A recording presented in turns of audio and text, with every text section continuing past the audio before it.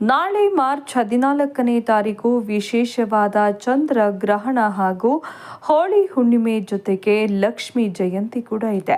ನಾಳೆ ಮಹಾಲಕ್ಷ್ಮಿಯನ್ನ ನೆನೆದು ಈ ಕೆಲಸಗಳನ್ನು ನಿಮ್ಮ ಮನೆಯಲ್ಲಿ ಮಾಡಿದರೆ ಸರ್ವ ಪಾಪಗಳು ಕಳೆದು ಹಣಕಾಸಿನ ಎಂಥದ್ದೇ ಕಠಿಣ ಸಮಸ್ಯೆಗಳು ಇದ್ದರೂ ದೂರವಾಗುತ್ತೆ, ಐಶ್ವರ್ಯ ಪ್ರಾಪ್ತಿಯಾಗುತ್ತೆ. ನಾಳೆ ಮಹಾಲಕ್ಷ್ಮೀ ದೇವಿಯ ವಿಶೇಷ ಕೃಪಾ ದೃಷ್ಟಿಗೋಸ್ಕರ ಯಾವೆಲ್ಲ ವಿಧಿವಿಧಾನಗಳನ್ನು ಪಾಲಿಸಬೇಕು, ಲಕ್ಷ್ಮಿಯ ಪೂಜೆ ಹೇಗಿರಬೇಕೆಂದು ಇವತ್ತಿನ ಈ ವಿಡಿಯೋದಲ್ಲಿ ಸಂಪೂರ್ಣವಾಗಿ ತಿಳಿಸಿಕೊಡ್ತೀವಿ. ಬನ್ನಿ. ಪಾಲ್ಗುಣ ಮಾಸದಲ್ಲಿ ಬರುವ ಪೌರ್ಣಮಿ ತಿಥಿ ಎಂದು ಉತ್ತರ ಪಾಲ್ಗುಣ ನಕ್ಷತ್ರದಲ್ಲಿ ಮಹಾಲಕ್ಷ್ಮಿ ದೇವಿಯು ಜನಿಸಿದಳೆಂದು ಪುರಾಣಗಳಲ್ಲಿ ಉಲ್ಲೇಖ ಇದೆ. ಈ ಮಾರ್ಚ್ 14ರಂದು ಪಾಲ್ಗುಣ ಹುಣ್ಣಿಮೆ ಹಾಗೂ ಚಂದ್ರ ಗ್ರಹಣ ಬಂದಿದ್ದು, ಇದು ಸಾಕ್ಷಾತ್ ಲಕ್ಷ್ಮೀ ದೇವಿಯ ಜನ್ಮ ದಿನವಾಗಿದೆ. ತಿರುಪತಿ ಕ್ಷೇತ್ರವೂ ಸೇರಿ ಅಲ್ಲಿನ ಸುತ್ತಮುತ್ತಲಿನ ಎಲ್ಲ ದೇಗುಲಗಳಲ್ಲಿ ಈ ದಿನದಂದು ಲಕ್ಷ್ಮೀ ಜಯಂತಿಯನ್ನ ಬಹಳ ಅದ್ಭುತವಾಗಿ ಆಚರಿಸಲಾಗುತ್ತೆ. ಕ್ಷೀರ ಸಾಗರದಿಂದ ಈ ದಿನದಂದು ಬಂಗಾರದ ಕಳಶದೊಂದಿಗೆ ಮಹಾಲಕ್ಷ್ಮೀ ದೇವಿಯು ಜನಿಸಿದಳು ಎಂದು ನಂಬಲಾಗುತ್ತೆ. ಅಷ್ಟೇ ಅಲ್ಲದೆ ಈ ಪಾಲ್ಗುಣ ಪೌರ್ಣಮಿ ದಿನದಂದೇ ಮಹಾಲಕ್ಷ್ಮೀ ದೇವಿಯು ಸಾಕ್ಷಾತ್ ನಾರಾಯಣನ ವರಿಸಿದಳು ಎಂದು ಆಗಮ ಗ್ರಂಥದಲ್ಲಿ ಹೇಳಲಾಗಿದೆ. ಆದ್ದರಿಂದ ಲಕ್ಷ್ಮೀ ದೇವಿಯ ಅನುಗ್ರಹಕ್ಕೋಸ್ಕರ ಈ ದಿನ ಮಾಡುವಂತಹ ಯಾವುದೇ ಪೂಜೆ ತುಂಬಾ ವಿಶೇಷವಾದದ್ದು. ಒಂದು ಕಡೆ ಹೋಳಿ ಹುಣ್ಣಿಮೆಯ ವಿಧಿವಿಧಾನವನ್ನ ಪ್ರತ್ಯೇಕವಾಗಿ ಪಾಲಿಸುವುದರ ಜೊತೆಗೆ ಮತ್ತೊಂದೆಡೆ ಈ ದಿನದಂದು ಮಹಾಲಕ್ಷ್ಮೀ ದೇವಿಯ ಪೂಜೆ ಈ ವಿಧವಾಗಿ ಮಾಡಿಕೊಳ್ಳಬೇಕು. ಮನೆಯಲ್ಲಿ ಲಕ್ಷ್ಮೀ ದೇವಿಯ ಪುಟ್ಟ ವಿಗ್ರಹ ಇತ್ತು ಅಂದರೆ ನಾಳೆ ಬೆಳಿಗ್ಗೆನೆ ಎದ್ದು ಸ್ನಾನ ಇತ್ಯಾದಿಗಳನ್ನು ಮುಗಿಸಿ ಮೊದಲು ಅರಿಶಿನ ಬೆರೆಸಿದ ನೀರಿನಿಂದ ಅಮ್ಮನವರಿಗೆ ಅಭಿಷೇಕವನ್ನ ಮಾಡಿ ಮಂಗಳಕರ ವಸ್ತುಗಳಲ್ಲಿ ಪ್ರಧಾನವಾದದ್ದು ಅರಿಶಿನ. ಈಗಲೂ ಕೂಡ ತಿರುಪತಿ ಕ್ಷೇತ್ರದಲ್ಲಿ ಹೆಚ್ಚು ಅರಿಶಿನವನ್ನ ಬಳಸಿ ಅಮ್ಮನವರಿಗೆ ಅಭಿಷೇಕ ಹಾಗೂ ಅರಿಶಿಣದ ಅಲಂಕಾರವನ್ನ ಮಾಡಲಾಗುತ್ತೆ. ವಿಶೇಷ ಲಕ್ಷ್ಮಿ ಕೃಪೆಗಾಗಿ ಈ ದಿನದಂದು ಅಂದರೆ ನಾಳೆ ಲಕ್ಷ್ಮಿ ವಿಗ್ರಹ ಅರಿಶಿಣದ ನೀರಿನಿಂದ ಅಭಿಷೇಕವನ್ನ ಮಾಡಿ ನಂತರ ಅರಿಶಿಣದಿಂದಲೇ ಅಲಂಕಾರ ಮಾಡಿಕೊಳ್ಳಿ. ಮನೆಯಲ್ಲಿ ಮಹಾಲಕ್ಷ್ಮಿ ಅಮ್ಮನವರ ವಿಗ್ರಹ ಇಲ್ಲದಿದ್ದರೂ ಮಹಾಲಕ್ಷ್ಮಿ ದೇವಿಯ ಚಿತ್ರಪಟಕ್ಕೆ ಅರಿಶಿಣದಿಂದ ಅಲಂಕಾರ ಮಾಡಿಕೊಳ್ಳಿ. ಇನ್ನು ಎರಡನೆಯದಾಗಿ ಲಕ್ಷ್ಮೀ ಜಯಂತಿಯಂದು ಲಾವಂಚದ ಬೇರನ್ನ ನೀರಿನಲ್ಲಿ ನೆನೆಸಿಟ್ಟು ಆ ನೀರಿನಿಂದ ಅಮ್ಮನವರಿಗೆ ಅಭಿಷೇಕ ಮಾಡಿದ್ರೆ ಅಥವಾ ದೇಗುಲದಲ್ಲಿ ಅಭಿಷೇಕ ಮಾಡಿಸಿದ್ರೆ ಶೀಘ್ರವಾಗಿ ಲಕ್ಷ್ಮೀ ದೇವಿಯ ಅನುಗ್ರಹ ಪ್ರಾಪ್ತಿಯಾಗಿ ನಿಮ್ಮ ಕಷ್ಟಗಳಿಗೆಲ್ಲ ಕೊನೆಯಾಗುತ್ತೆ. ವಿದ್ಯೆ, ಉದ್ಯೋಗ, ವ್ಯಾಪಾರ, ಹಣ, ಸರ್ವ ರಂಗದಲ್ಲೂ ಯಶಸ್ಸು ನೀವು ಬಹಳ ಸುಲಭವಾಗಿ ನೋಡಬಹುದು. ಈ ದಿನ ಬಿಳಿ ಬಣ್ಣದ, ಹಳದಿ ಬಣ್ಣದ ವಸ್ತ್ರವನ್ನ ಧರಿಸಿ ಅಮ್ಮನವರ ಪೂಜೆಯನ್ನ ಮಾಡಿಕೊಳ್ಳಬೇಕು. ಈ ದಿನದಂದು ಶ್ರೀಪತ್ರೆ ಅಥವಾ ಬಿಲ್ವಪತ್ರೆ ಎಲೆಗಳಿಂದ ಮಹಾಲಕ್ಷ್ಮಿ ಅಮ್ಮನವರ ಪೂಜೆ ಅಲಂಕಾರವನ್ನ ಮಾಡಿದ್ರೆ ನೀವು ಕೇಳಿಕೊಂಡಂತಹ ಅದು ಯಾವುದೇ ಕೋರಿಕೆಗಳಿದ್ದರೂ ಕೂಡ ಈಡೇರುತ್ತದೆ. ಬಿಲ್ವ ಎಲೆಗಳು ಸಾಕ್ಷಾತ್ ಮಹಾಲಕ್ಷ್ಮೀ ದೇವಿಯ ಸ್ವರೂಪ. ಬಿಲ್ವಪತ್ರೆ ಮರದಲ್ಲಿ ಮಹಾಲಕ್ಷ್ಮೀ ದೇವಿಯು ವಾಸಿಸುತ್ತಾಳೆ. ನಾಳೆ ಮನೆಯಲ್ಲಿ ಮಹಾಲಕ್ಷ್ಮೀ ದೇವಿಯ ಚಿತ್ರಪಟ ಅಥವಾ ವಿಗ್ರಹದ ಮುಂದೆ ಒಂದೊಂದೇ ಬಿಲ್ವಪತ್ರೆ ಎಲೆಗಳಿಂದ ಗಂಧ ಅಥವಾ ಅರಿಶಿಣ ಹಚ್ಚುತ್ತಾ ದೇವಿಯ ಮುಂದಿಡುತ್ತಾ ಲಕ್ಷ್ಮಿ ಅಷ್ಟೋತ್ತರ ಪಾರಾಯಣವನ್ನ ಮಾಡಿಕೊಳ್ಳಿ.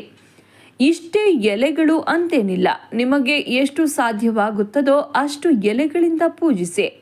ಲಕ್ಷ್ಮೀ ದೇವಿಗೆ ತಾವರೆ ಪುಷ್ಪವನ್ನ ಅರ್ಪಿಸಿದರೆ ಮೋಕ್ಷ ಹಾಗೂ ಅದೃಷ್ಟ ಲಭಿಸುತ್ತೆ.